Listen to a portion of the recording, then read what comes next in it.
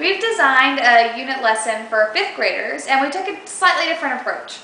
When we use this idea in our class, instead of just diving into collecting the data on Mars, we would start from the very beginning. We know that we have a time limit for collecting our samples of information, so we've decided to have our students start from the very beginning. They're going to be working as if they were NASA engineers. Not only do we need to inspect Mars to see if life is ever possible there, but we're going to have our students actually make a Mars rover to find out the improvements they can make based on friction that's caused by the Martian soil, the weight of the cargo load, and the speed. At that point, our students will begin the data collection process on Mars. Throughout our unit and lesson plans, we'll be utilizing many NASA resources such as video clips, websites, and best lesson ideas. Monday will introduce the students to Mars and the Curiosity mission. This 90-minute lesson will be important in building schema for the rest of the unit. The students will learn about the technology that was used in the former rover missions. They will use their reading skills to research, and they will use their writing skills to complete the investigation outline. The Curiosity question for the day will be, what do I need to know about Mars in order to live there in the future?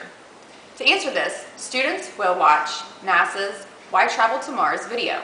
Then students will be put into crews to explore Mars by completing the investigation outline using evidence from the video and other NASA resources. Tuesday's lesson involves the students building the actual rover. While this lesson is a little bit longer, it incorporates and integrates both math, science, reading, social studies. It's a very, very inclusive lesson. The curiosity question is, what are the best design elements to have on a rover? Our objective is to create a rover using best engineering design. All areas, imagine, plan, create, experiment, and improve are addressed.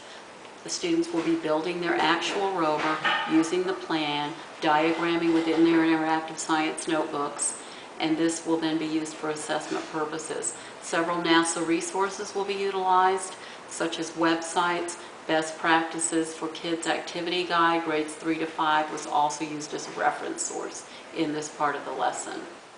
Our lesson we focused on is Wednesday's lesson, which deals with how the students' rovers will react on surfaces with different levels of friction.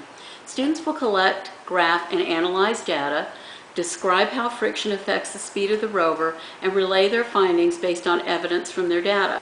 Students will follow best practices and lab safety guidelines, as well as work in cooperative groups with assigned roles. Students will test their Mars rover on 4 different surfaces: carpet, tile, sand, and gravel. Students will hypothesize how their rovers will work on each surface, then reason why their rovers react in certain ways on those surfaces once they are tested. Students will need to complete multiple tests on each surface and chart the distance their rover travels. After all tests have been completed, students will decide what improvements they can make to their rovers based on what they have learned in the lesson. Afterwards, as a class, we will go over the findings.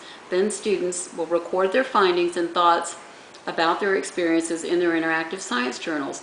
Entries in the interactive science journals will be used for assessment purposes. Once students get home, they will extend their learning by seeking out examples of everyday friction occurrences around their day-to-day environment. On Thursday, we'll have the students test how well the rovers travel with different amounts of weight in their cargo load. This will be a 60-minute lesson that covers forces of motion, observing patterns and measured data, collaborating in an online community, as well as reading from procedural texts and writing about their experiences. By the end of the experiment, students will be able to determine how weight and gravity affects their rover. Students will test their rovers by completing multiple experiments by adding 1, 5, and 10 pennies to their cargo load to determine the optimum weight of their cargo. On Friday, the students will test their landing pod that they're going to design using the best standards. They're going to test their rover as if it were landing on Mars. This lesson will last 60 minutes. The curiosity question that they're looking to answer is, how can the change in distance affect the landing of the rover? The students will design a landing pod, they will put their rover in the landing pod, and they will progress up a flight of stairs or bleachers to calculate the differences in distance and time. The students will write in their science journals.